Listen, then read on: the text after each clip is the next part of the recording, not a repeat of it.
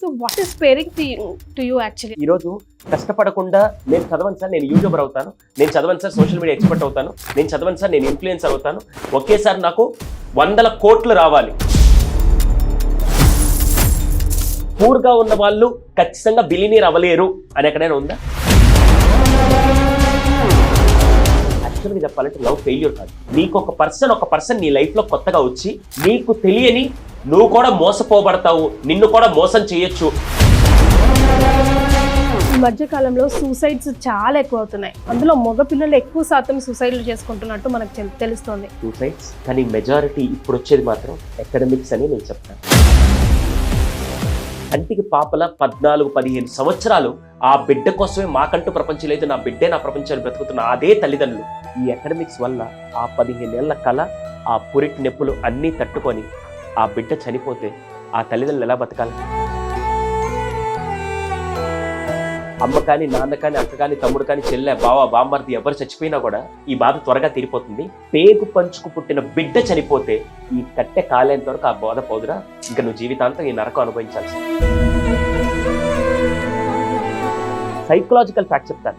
ఒక ఇంట్లో ఎవరైనా ఆత్మహత్య చేసుకుంటే నెక్స్ట్ 3 జనరేషన్లో ఆ ప్రాబ్లం ఉంటుంది. ఆయన అసలు అందగాడే కానే కాదు, కానీ ఒక్కసారి స్టేజ్ మీదకి వెళ్ళి నిలబడితే ఒక్క చిరునవ్విస్తే పిల్లల గుండెల్లో చిరుస్మని నిలిచిపోతారు. That is internal soul. ఈరోజు మనందరం పిల్లలకి డెవలప్ చేయాల్సింది ఏంటంటే, ఒక యాసిడ్ ఒంటి మీద పడినా, ఒక ఫైర్ అటాక్ అయితే స్కిన్ అంతా కాలిపోయి ఎలా ఉంటుందో ఆ పుట్టడం అంత అందకరంగా పుట్టింది. అసలు ఎంత సన్నగా ఉంటుందంటే మీరు బోన్స్ లెక్క పెట్టాలంటే స్కెల్టన్ దగ్గరికి వెళ్ళాల్సి వస్తుంది. దీన్ని చూస్తే మా పిల్లలు భయపడుతున్నారు, అసలు నువ్వు బతికి ఏం సాధిద్దాం అనుకున్నావు. ఆ రోజు అమ్మాయి కూర్చొని ఆలోచించింది. ఈరోజు అమ్మాయి ఆంటర్ప్రెన్యూర్గా, ఉమెన్ ఇన్ఫ్లుయెన్సర్గా, రైటర్గా, మోటివేషన్ స్పీకర్గా ఈరోజు ఒక సెషన్ తీసుకుంటే మినిమం తక్కువలో తక్కువ ఒక 20-25 లక్షలు తీసుకుంటుంది.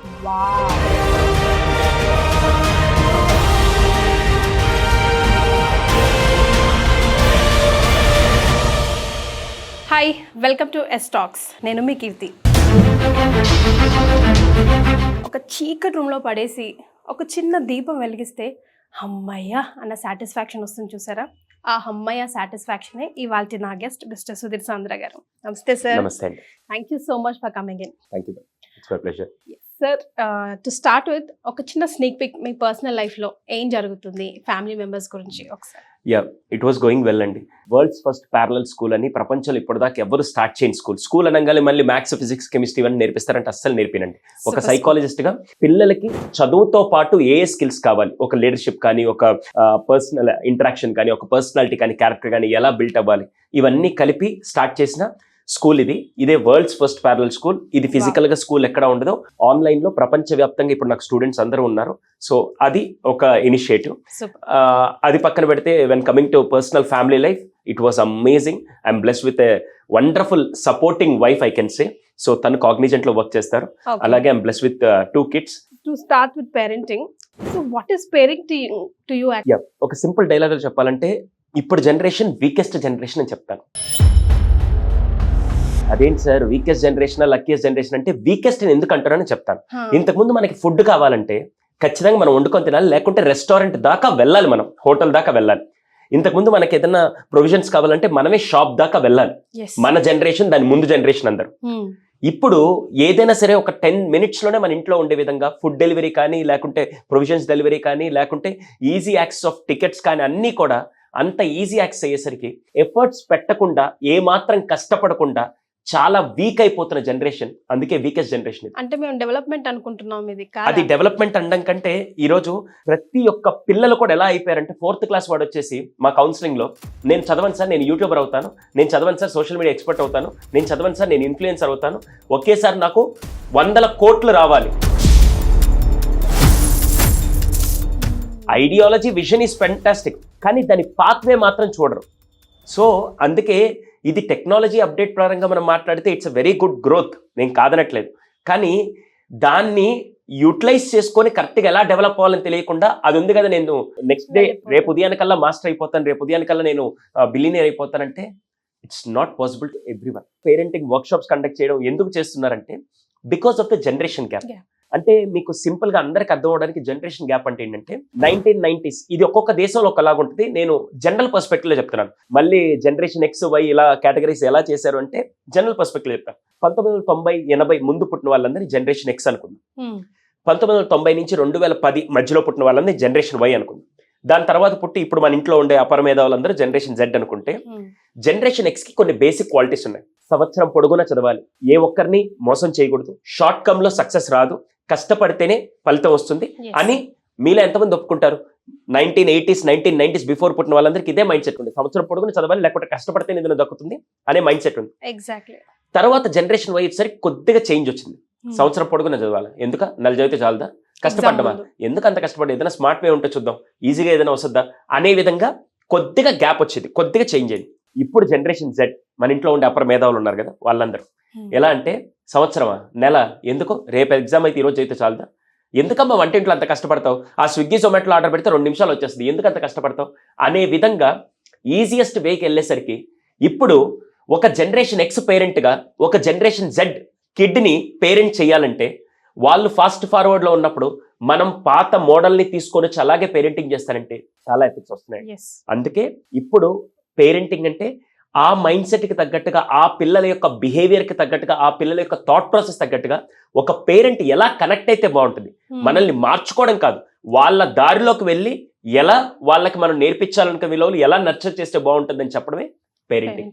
ఇప్పుడు ఒక పిల్లాడికి అరే తిన్న తర్వాత ఆ ప్లేట్ తీసి ఇంట్లో పెట్టరా, ఎన్నిసార్లు చెప్పాలి, అక్కడే పెట్టేసి వెళ్ళిపోతావు, ప్రతిసారి అమ్మ తీయాలా? ఇంతకు ముందు నాన్న చెప్తే పిల్లలు చేసేవాళ్ళు, ఇప్పుడు చెప్తే చేయరు, వాళ్ళు ఆడ పెట్టుంటారు.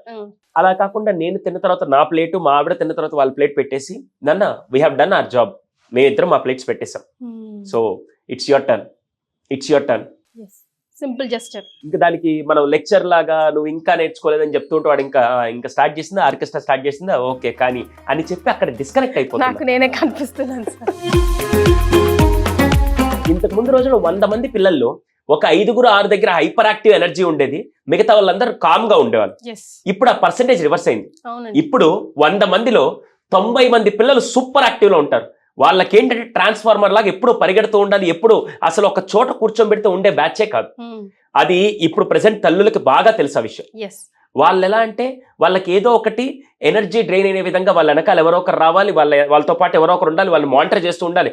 ఒక్క క్షణం వాళ్ళని మానిటర్ కరెక్ట్ గా చేయలేదు అనుకోండి, వాడి లోపల ఏదో ఒకటి తగలబెట్టేసి వచ్చేస్తుంటారు. ఇప్పుడు ఏమైందంటే అమ్మా నాన్న ఇద్దరు వర్క్ చేయాల్సిన పొజిషన్ వచ్చింది. అట్ ద సేమ్ టైం ఇద్దరు పిల్లలు ఉంటే ఆ ఇద్దరు పిల్లల ఎనర్జీని మెయింటైన్ చేయడానికి వీళ్ళ దగ్గర ఎనర్జీ ఉండట్లేదు.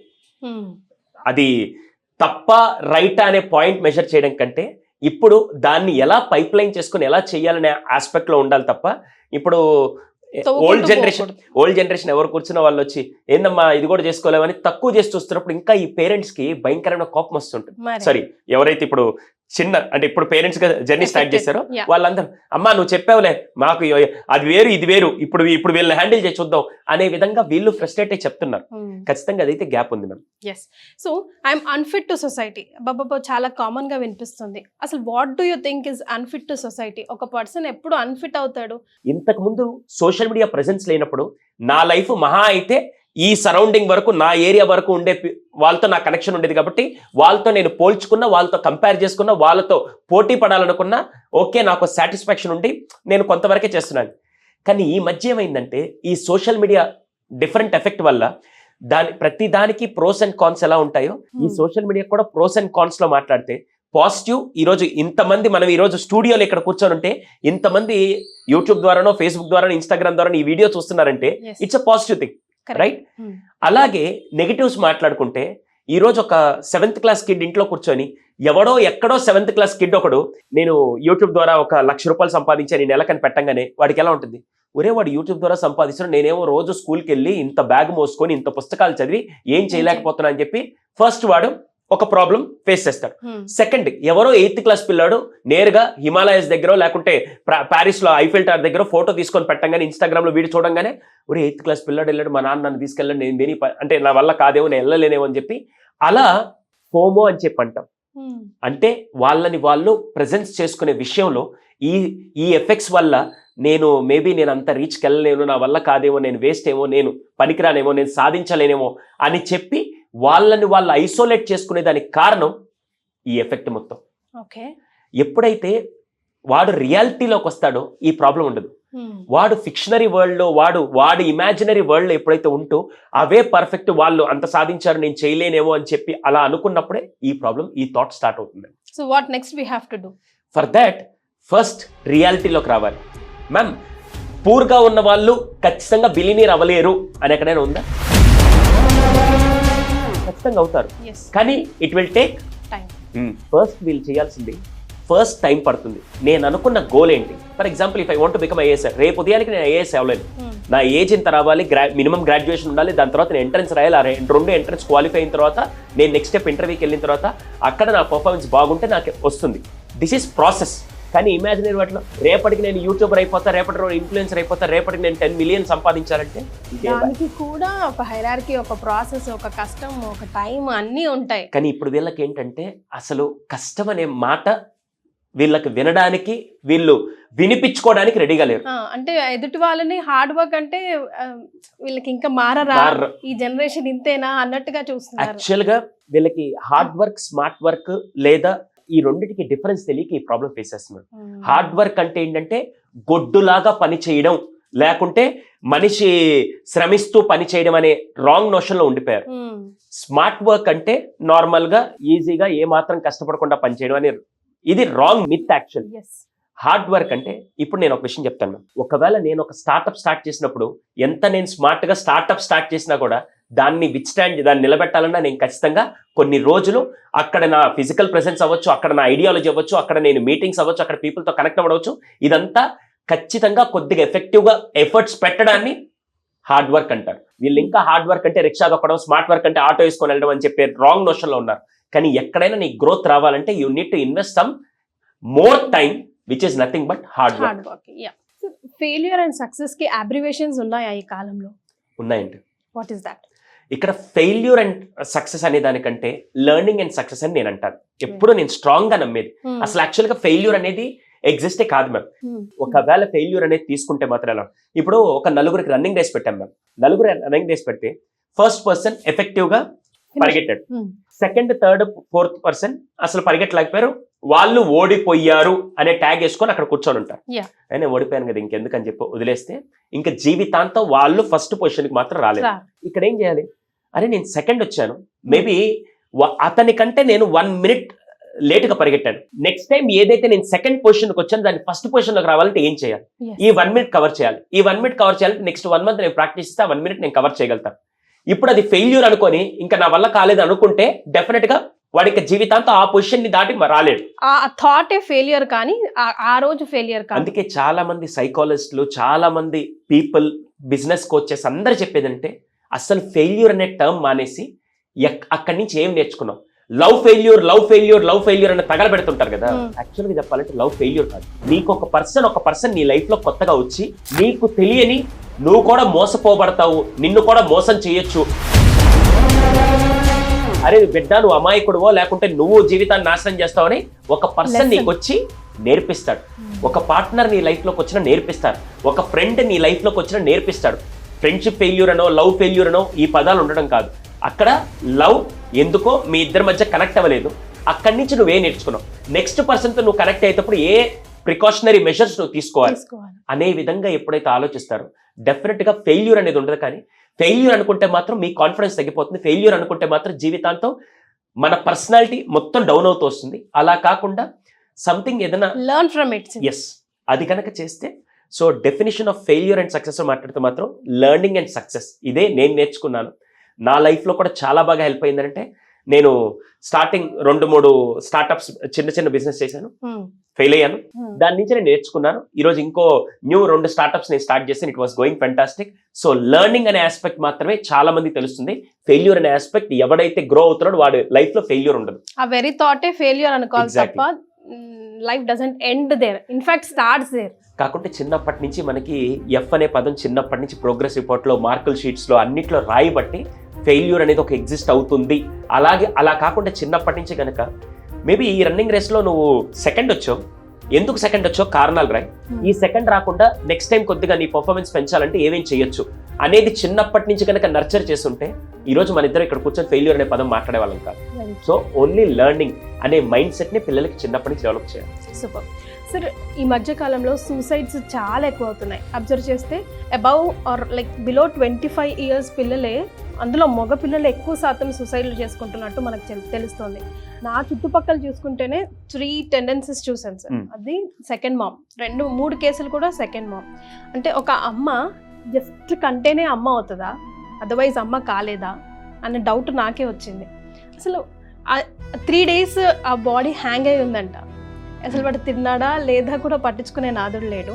డాడ్ ఉన్నాడు, మరి డాడ్ కూడా ఏమనుకుంటున్నాడు, హీస్ నాట్ లైక్ అక్కడే అర్థమైపోతుంది కదా, not taking care of him అని. ఇక్కడ లోపిస్తుంది అమ్మతనం అనిపిస్తుంది సార్. ఇక్కడ ప్రాబ్లం ఏంటంటే ఫస్ట్ పిల్లలకి ఏదైనా మీరు వస్తువు దగ్గర నుంచి ఏదైనా వ్యక్తి అయినా సరే మీరు నార్మల్గా ఇచ్చే ముందు ఫస్ట్ వాళ్ళ మైండ్ని ట్యూన్ చేయలేదనుకోండి, అది ఖచ్చితంగా మీరు ప్రాబ్లం ఫేస్ చేస్తారు, ఖచ్చితంగా ప్రాబ్లం ఫేస్ చేస్తారు.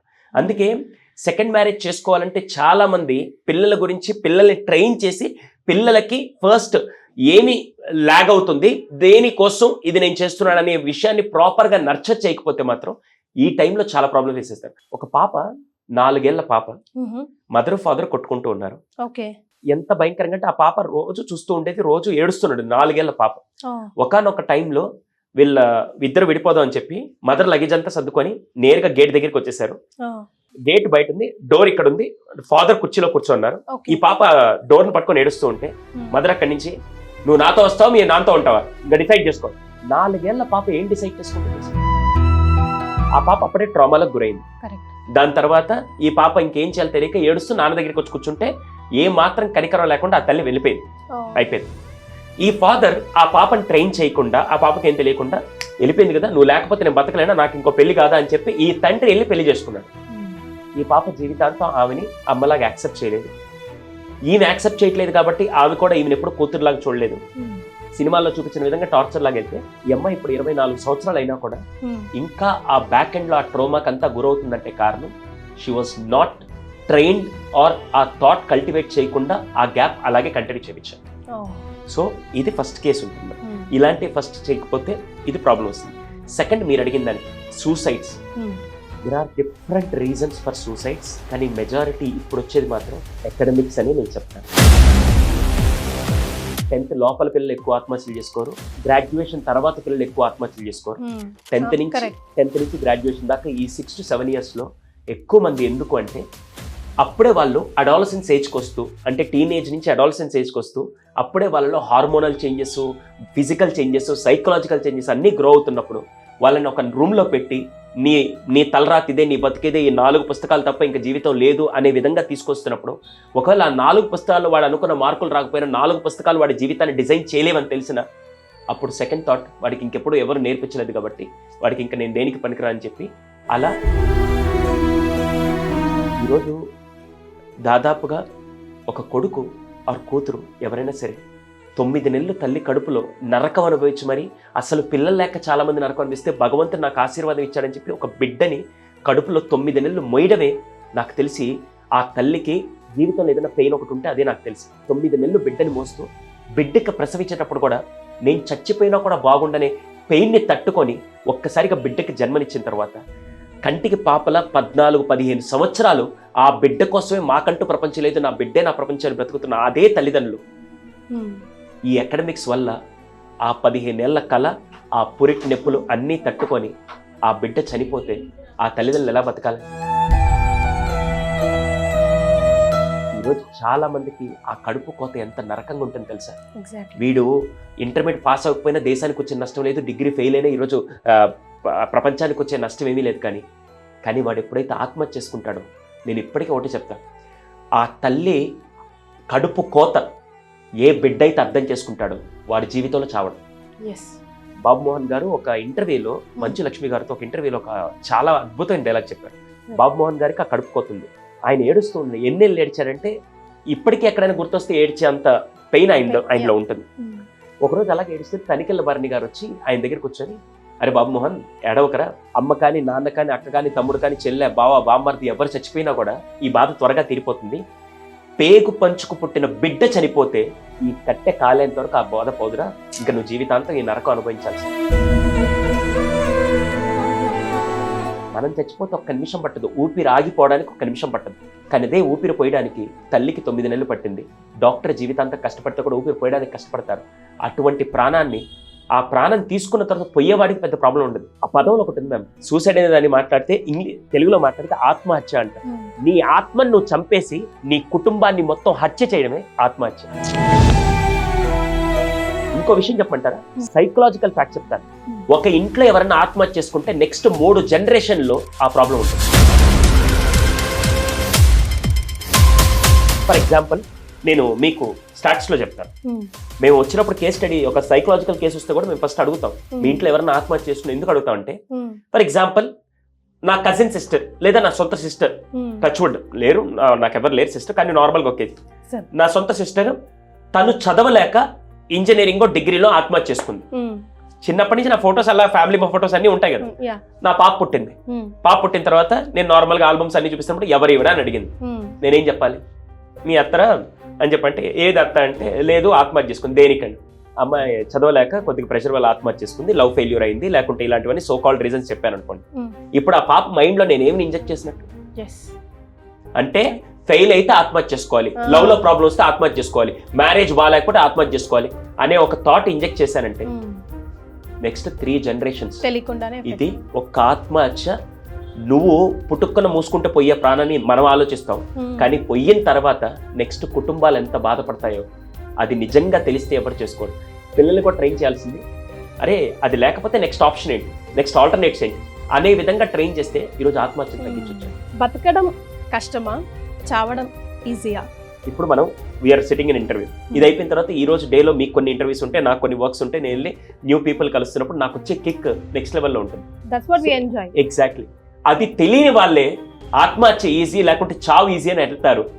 నాకు తెలిసి బ్రతకడం చాలా కష్టం, కానీ మనిషికి ఛాలెంజెస్ ఉంటేనే దాంట్లో కిక్ ఉంటుంది. మ్యామ్, ఎవరి క్రికెట్ మ్యాచ్ వస్తే మనం అన్ని పనులు పక్కన పెట్టేసి, ఇండియా ఎవరితో క్రికెట్ మ్యాచ్ ఆడితే అన్ని పనులు పక్కన పెట్టేసి టీవీలు కతుక్కుపోయి చావైన రేవైనా గెలవాలరా అని చెప్పి నరాలు ఇలా వెళ్తాయంటే ఖచ్చితంగా పాకిస్తాన్, ఆస్ట్రేలియా అని మాట్లాడుకుంటాం. ఓకేనా? ఎందుకంటే అదే ఏదైనా తక్కువ కంట్రీతో ఆడితే ఏముందరు గెలిచిందా ఓకే అనే విధంగా ఉంటారు. ఎప్పుడైనా జీవితం కూడా ఎక్కువ కష్టాలు ఉంటేనే, ఎక్కువ అది ఉంటేనే దాంట్లో నుంచి బయటకు వచ్చి, ఎవరిదైనా సక్సెస్ స్టోరీ ఎప్పుడు బాగుంటుంది తెలుసా, వాడు ఎన్ని ఛాలెంజెస్ ఓవర్కమ్ చేస్తే వాడి సక్సెస్ స్టోరీ ఎంత బాగుంటుంది. ఇప్పుడు బాగా రిచెస్ట్ పర్సన్ ఎవరైతే ఉన్నాడో వాళ్ళ కొడుకు నేను ఇన్ని కష్టాలు పడ్డానంటే, నీకేం కష్టాలు, అంత బాగుంది కదా నీకు పాత అంటారు. సో డిఫరెన్స్ ఏంటంటే, చావు అనే దానికంటే బ్రతకడంలో ఉండే ఛాలెంజెస్ తో రోజు కిక్ని ఎంజాయ్ చేయడం నెక్స్ట్ లెవెల్. 100% ట్రూ. స్పెషల్ గా ఉమెన్, గర్ల్ చైల్డ్ ని అడ్రస్ చేస్తూ బాడీ షేమింగ్ కి కూడా చాలా డిప్రెస్ అయిపోతూ, ఇంట్రోవర్ట్ గా ఉండిపోతూ రకరకాల ప్రాబ్లమ్స్ ఫేస్ చేస్తూ ఉన్నారు. సో ఎస్, అవి మనం అవాయిడ్ చేయలేము. అయానో భయానో మనకు వస్తూ ఉంటాయి అలాంటి కమెంట్స్. బట్ అంత గ్రేస్ఫుల్ గా యాక్సెప్ట్ చేయడం ఎలా? How to train our minds? నిన్నే నేను ఒక క్లాస్ కూడా చేశాను, బుల్లింగ్ అని చెప్పి. బుల్లింగ్ అంటే అది వాళ్ళు కామెంట్ చేస్తారు, నువ్వు నల్లగున్నావే, నువ్వు బండగున్నావే అని చెప్పి. పర్టికులర్ గా మగవాళ్ళకు అనుకో, వాళ్ళు పెద్దగా పట్టించుకోరు. సీరియస్ చెప్తున్నారు, మగపిల్లలు అరే నువ్వు నల్లగున్నావున్నా వాడు పెద్దగా ఫరకేం పడదు. అమ్మాయిలకి చిన్నప్పటి నుంచి బ్యూటిఫై చేసింది ఏంటంటే, అమ్మాయి అందంగా ఉండాలి. అమ్మాయి అందంగా ఉండాలనే దాంట్లో లావుగా ఉండకూడదు, అమ్మాయి అందంగా ఉండాలనే దాంట్లో పొట్టిగా ఉండకూడదు, అమ్మాయి అందంగా ఉండాలనే దాంట్లో హెయిర్ ఎక్కువగా తక్కువ ఉండకూడదు, ఎక్కువ ఉండాలి. ఇలా డిఫరెంట్ డెఫినేషన్స్ వల్ల అది ప్రాబ్లం వస్తుంది. అలాంటప్పుడు చిన్నప్పుడే, హే తల్లి నువ్వెంత బ్లెస్ తెలుసా, అందరికీ లాంగ్ హెయిర్ ఉంటే నీకు షార్ట్ హెయిర్, అందులో నీకు మోడల్ నువ్వు డిజైన్ చేసుకునే దానికి నువ్వు ఇంకో బేబీ కట్ లాగా చాలా బాగా చేసుకోవచ్చు అని చెప్పి చిన్నప్పటి నుంచి what she is blessed with అనేది కనుక మనం ట్రైన్ చేయగలిగితే, పిల్లలకి చిన్నప్పటి నుంచి ఎక్స్టర్నల్ వల్ల మనకి రెస్పెక్ట్ వస్తే బాగుంటుందా, ఇంటర్నల్ వల్ల రెస్పెక్ట్ వస్తే బాగుంటుందా అనేది కూడా ముఖ్యంగా ట్రైన్ చేయాలి. ఎక్స్టర్నల్ వల్ల ఏంటంటే, ఈరోజు అబ్దుల్ కలాం గారిని మనం ఎక్స్టర్నల్ వల్ల రెస్పెక్ట్ ఇస్తున్నాం, ఇంటర్నల్ వల్ల రెస్పెక్ట్ ఇస్తున్నాం. 100% ఇంటర్నల్. ఆయన చూడ్డానికి పొట్టిగా ఉంటారు, ఆయన చూడ్డానికి జుట్టు డిఫరెంట్ గా ఉంటుంది, ఆయన అసలు అందగాడే కానే కాదు.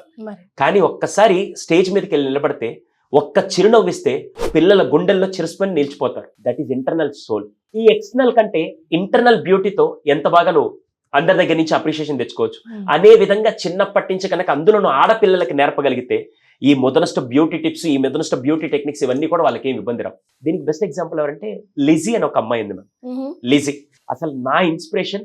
నాకు కొంతమంది ఉమెన్ లో నేను హైయెస్ట్ గా ఇచ్చే రెస్పెక్ట్ ఈవిడకి ఇస్తాను. లిజీ అనే పర్సన్. ఆమె పుట్టడమే అందవికారంగా పుట్టింది. పుట్టడమే అందవికారంగా అంటే ఒక యాసిడ్ ఒంటి మీద పడినా, ఒక ఫైర్ అటాక్ అయితే స్కిన్ అంతా కాలిపోయి ఎలా ఉంటుందో ఆమె పుట్టడం అంత అందవికారంగా పుట్టింది. ఆమె ఇప్పటికీ ఇక్కడ నిల్చుంటే ఫ్యాన్ వేస్తే కిలోమీటర్ దూరం వెళ్ళిపోద్ది. ఆమె వెయిట్ వచ్చి పుట్టినప్పుడు 800 గ్రాములు, ఇప్పుడు ఒక 27-23 కేజీస్ ఉంటుంది. ఆమె వయసు 30 సంవత్సరాలు. అసలు ఎంత సన్నగా ఉంటుందంటే మీరు బోన్స్ లెక్క పెట్టాలంటే స్కెల్టన్ దగ్గరికి వెళ్ళాల్సిన అవసరం లేదు. ఆమె చూస్తే మీరు లెక్క పెట్టుకోవచ్చు. బాడీ అంతా జీరో ఫ్యాట్. జీరో ఫ్యాట్ అంటే ఇప్పుడు హీరోయిన్ ఉండే జీరో ఫ్యాట్ కాదు. అసలు జీరో ఫ్యాట్ అంటే ఎంత తిన్నా ఆమెకి ఫ్యాట్ పట్టదు. ప్రతి 15 నిమిషాలు తినకపోతే చచ్చిపోద్దు. ఇది ఆమె జబ్బు. చిన్నప్పుడు స్కూల్కి పంపించారు. స్కూల్కి రాగానే అందరు వచ్చి డెవిల్ వచ్చింది, మాన్స్టర్ వచ్చింది, దయ్యం వచ్చింది అని చెప్పి అంటూ ఉంటే రోజు ఏడుస్తూ వెళ్ళేది, రోజు ఏడుస్తూ ఇంటికి వచ్చేది. అలా చేస్తూ ఉండేది. వాళ్ళ అమ్మ నాన్న చాలా ధైర్యంగా జాగ్రత్త చెప్తూ పంపిస్తున్నా, ఎంత చెప్తున్నా ఆమె రోజు ఏడుస్తూ వచ్చేది. 8th క్లాస్లో ఒక పనికి మళ్ళీ ఇడియట్ ఏం చేశారంటే ఆ మీద ఒక వీడియో తీసి యూట్యూబ్లో పెట్టాడు. దాని కింద టైటిల్ ఏం రాశారంటే most ugliest women on this planet అని రాశాడు. ఒకే రోజు 8 లక్షల మంది చూశారు దాన్ని. చూసిన వాళ్ళు కామ్గా ఉండొచ్చు. కింద కామెంట్స్ రాశారంటే నేను చూస్తే మా పిల్లలు భయపడుతున్నారు, అసలు నువ్వు బతికి ఏం సాధిద్దాం అనుకుంటున్నావు, ఇలా ఈ జబ్బుతో ఏం సాధిస్తావు అని చెప్పి అన్ని కామెంట్స్ రాస్తుంటే ఆ రోజు అమ్మాయి కూర్చొని ఆలోచించింది. ఊరే వీళ్ళందరూ నా ఎక్స్టర్నల్ బ్యూటీని చూసి మాట్లాడుతున్నారు కదా, నా ఇంటర్నల్ టాలెంట్ ఏంటో వీళ్ళకి చూపిస్తానని చెప్పి she's very good at writing. She started writing a book, Lizzie beautiful. First book Lizzie beautiful. Lizzie అంటే అమ్మాయి పేరు, బ్యూటిఫుల్ అంటే అందమే. ఆమె అందంగా ఉందా? లేదు కదా. రాసింది. వరల్డ్లోనే హైయెస్ట్ టాప్ 10 సోల్డ్ బుక్స్లో ఆ రోజుల్లో లిజీ బ్యూటిఫుల్ బుక్ రాసి ఈ రోజు అమ్మాయి ఆంటర్ప్రెన్యూర్గా, ఉమెన్ ఇన్ఫ్లుయెన్సర్గా, రైటర్గా, మోటివేషనల్ స్పీకర్గా ఈరోజు ఒక సెషన్ తీసుకుంటే మినిమం తక్కువలో తక్కువ ఒక 20-25 లక్షలు తీసుకుంటుంది ఒక 1.5 or 2 hours సెషన్కి. ఇప్పుడు చెప్పండి, ఇప్పటికే అమ్మాయి ఫోటో మీరు ఎవరన్నా కొట్టి చూడాలంటే LIZZIE అని తీసుకెళ్ళి యూట్యూబ్లో కొట్టండి. ఆ ఫేస్ చూస్తే ఎప్పుడే మీకు భయం వేస్తుంది. హానెస్ట్గా చెప్తాం భయం వేస్తుంది. కానీ she is the influencer.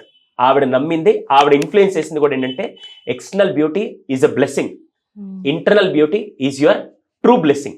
To all the womens out there 5 important tips ఇవ్వాలనుకుంటే టు దేర్ మెంటల్ స్ట్రాంగ్నెస్ ఏం చెప్తారు? చాలా మంది ఉమెన్ ప్రాబ్లం ఎక్కడ ఫేస్ చేస్తారంటే ఎక్స్పెక్టేషన్స్ మ్యామ్. కానీ అదే జీవితాల్లో అదే ఎక్స్పెక్టేషన్స్ ఫుల్ఫిల్ అవ్వక కూడా చాలా మంది ప్రాబ్లం ఫేస్ చేస్తుంటారు. ఫస్ట్ మీరు ఎలా ఉన్నా, మీరు ఎంత కష్టపడి ఏం చేస్తున్నారో first accept your self, what you are, who you are. అదొక్కటి కనుక మేబీ వాళ్ళందరూ బాగా చేసుకుని నేనేమో వంటింటి కుందేలాగా ఉండిపోయాను, మేబీ వాళ్ళందరూ బాగున్నారు, నేను ఈరోజు పిల్లల కోసం ఇవన్నీ త్యాగం చేసేలా ఉండిపోయానని చెప్పి రిగ్రెట్ ఫీల్ అవుతూ మాత్రం ఉండకండి. ఆ రోజు పిల్లల కోసం మీరు కెరీర్ వదిలేస్తున్నారు, అది ప్రపంచం మొత్తానికి తెలియదు. పిల్లలే నా ప్రపంచం, అలాంటప్పుడు ఆ ప్రపంచం కోసం నా ప్రపంచాన్ని వదులుకోవడం తప్పు కాదని చెప్పి ఆ రోజు అదే తల్లిగా మీరు తీసుకున్న నిర్ణయం ఈ రోజు మీ పిల్లలు బంగారు భవిష్యత్తుకి పక్కింటి వాళ్ళందరూ వచ్చి అరే మీ అమ్మ ఏం చేయట్లేదో వంటింట్లో ఉందని చెప్పి అందరూ అంటూ ఉన్నా, కానీ మీరు ఉండడానికి కారణం ఆ రోజు మీరు తీసుకున్న నిర్ణయం వల్ల పిల్లలు ఈరోజు బంగారు భవిష్యత్తుకి వెళ్ళారని చెప్పి అది మీకు మాత్రమే తెలుస్తుంది. వాళ్ళనే విషయంలో మాత్రం మీరు మెంటల్గా వీక్ మాత్రం అవ్వద్దు. First point. సెకండ్ది మోస్ట్ ఇంపార్టెంట్, రేపు మీరు అందరినీ ప్రేమించినంత మాత్రాన మిమ్మల్ని అదే విధంగా మళ్ళీ లవ్ చేస్తారు, అదే విధంగా మళ్ళీ రిఫ్లెక్ట్ అవుతే బాగుంటుంది అనే విధంగా మాత్రం ఆలోచించకండి. ఇవ్వడం వరకే అనే విధంగా ది బెస్ట్ ఇవ్వండి. థర్డ్, ఏడవండి. క్రై? ఎస్, ఇది మగవాళ్ళకి ఆడవాళ్ళకి ఇద్దరికి చెప్తాను. ఏడవడం చాలా ఉత్తమమైన పని. అలా రోజు కూర్చొని నాకు డ్యూటీ ఇచ్చారని చెప్పి అలా ఏడవడం అని కాదు. ఎప్పుడైనా బాధ కలిగినప్పుడు వీలైతే భర్త దగ్గర ఏడవండి, భర్త కాకుంటే పిల్లల దగ్గర ఏడవండి. వాళ్ళిద్దరూ వినట్లేదంటే మీరు ఒంటరిగా కూర్చొనినా అది వెంట్ అవుట్ చేయండి. ఏడవలేకపోతే పుస్తకం తీసుకొని రాయండి. ఇది పర్టికులర్గా ఉమెన్ ఎక్కువ సైకలాజికల్ ట్రామా గురవడానికి కారణం ఏంటంటే they will undergo so many things. ఇప్పుడు నేనే ఉన్నాను, వామిటింగ్ వస్తున్నప్పుడు ఇలా పెట్టేసుకుంటే ఎలా ఉంటుంది? కక్కకుండా ఇలాగే పెట్టేసుకుంటే ఐ డోంట్ ఫీల్ కంఫర్టబుల్. అదే వామిటింగ్ చేసుకోవచ్చు 2 minutes I will be very comfortable. Venting out is very important. అది నేను చెప్పాల్సి వస్తలేదు. ఈరోజు చాలా మంది ఆడవాళ్ళు భర్తకు తెలియకుండా, పిల్లలకి తెలియకుండా కేవలం వంటింట్లో వాళ్ళ కన్నీళ్లు మగ్గి పెట్టుకున్న వాళ్ళు చాలా మంది ఉన్నారు. ఫోర్త్ వన్, మోస్ట్ పవర్ఫుల్, మీరు చేయగలిగితే ఇది మాత్రం, మీరు ఎన్ని సాక్రిఫైసులు చేశారు ఒక్కసారి మొత్తం బాగా మీకే గుర్తుంది, ఇంకెవ్వరికి గుర్తులేదు. కానీ ఒకటి మాత్రం గుర్తుపెట్టుకోండి, లాస్ట్ అండ్ ఫైనల్, మీరు ఎప్పుడూ కూడా వేరే వాళ్ళ మీద డిపెండెంట్ అవ్వకుండా ఇండిపెండెంట్ ఉండడానికి ఖాళీగా ఉన్న టైంలో ఏదో ఒక స్కిల్ అయితే మాత్రం నేర్చుకోండి. మీరు ఉద్యోగం మానేశారు, ఓకే, పిల్లల కోసం ఫెంటాస్టిక్, కానీ రేపటి రోజున అదే పిల్లలు అదే ఫ్యామిలీ వచ్చి ఇంకో విషయంలో అమ్మ ఏదైనా చేస్తే బాగుంటుంది, లేకుంటే నేను వేరే వాళ్ళని డబ్బులు అడగాల, మా భర్త మీద డిపెండ్ అవ్వడం ఎందుకు, ఒకవేళ భర్తకి ఏదైనా జరగడం జరిగితే కుటుంబాన్ని మొత్తం లీడ్ చేయాల్సిన బాధ్యత ఎవరిది? ఆ మహిళదే. అందుకే ఒక్క స్కిల్ నేర్చుకోండి, ఏదో ఒక స్కిల్ మ్యాండేటరీ. దానికి ఉదాహరణ నేనే మ్యామ్. మా నాన్నగారు నేను 8th క్లాస్లో ఉన్నప్పుడు చనిపోయారు. మా అమ్మ అసలు అప్పటిదాకా చాలా మంది ఫ్యామిలీస్ హస్బెండ్స్ ఏం చేశారంటే భార్యని ఇంట్లో ఉంచి ప్రపంచానికి కూడా తెలియకుండా ఆమెకేం పనులు నేర్పకుండా అలా చేస్తే మా అమ్మ బయటకు వచ్చి ఏం చేయాలో తెలియలేదు. ఆ రోజు నేను మా అన్న ఇద్దరం కలిసి పని చేయబట్టి ఈ రోజు ఇక్కడ ఉన్నాం. Final one, self care, self care. ఏదైనా సరే, మీరు తిన్నారా లేదా మీ భర్త అడగరు, మీరు తిన్నారా లేదా మీ పిల్లలు అడగరు, మీరు హెల్తీగా ఉన్నారా లేదా, మీకు ఆరోగ్యం బాగాలేకపోయినా మీరు వండి పెట్టాలి. ఏమైనా చేయాల్సింది మీరే చేయాలి. అది కూడా మళ్ళీ మా కోసం కాదు, అసలు మీకోసం కాదు, 200% మీరు చేయాల్సింది ఫ్యామిలీ కోసం. కానీ ఎవ్వరు మనకు చెప్పరు. కానీ బాగా గుర్తుపెట్టుకోండి, ఉమెన్ స్ట్రాంగ్గా ఉంటేనే కుటుంబం స్ట్రాంగ్గా ఉంటుంది. మెన్ 4 రోజులు పడుకున్నా కూడా ఒకవేళ ఆర్థిక కష్టాలు వస్తాయి తప్ప, ఉమెన్ 4 రోజులు రెస్ట్ తీసుకుంటే స్తంభించిపోతుంది.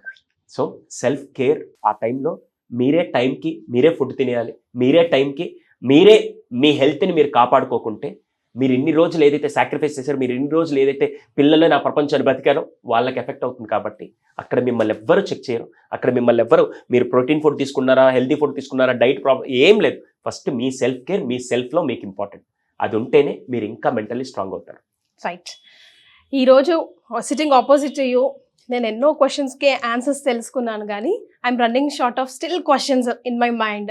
అంటే లైక్ లాట్ ఆఫ్ క్వశ్చన్, అబ్బా సుధీర్ సాంద్ర గారు వస్తున్నారా, ఇన్ని క్వశ్చన్స్ ఉన్నాయి, ఎంతమందికి అడ్రస్ చేయించాలి, మనకు వీలైనంత యునో వాళ్ళకి మోటివేట్ చేయించాలి అని ఉండింది. You gave whole of your time. Thank you so much for joining.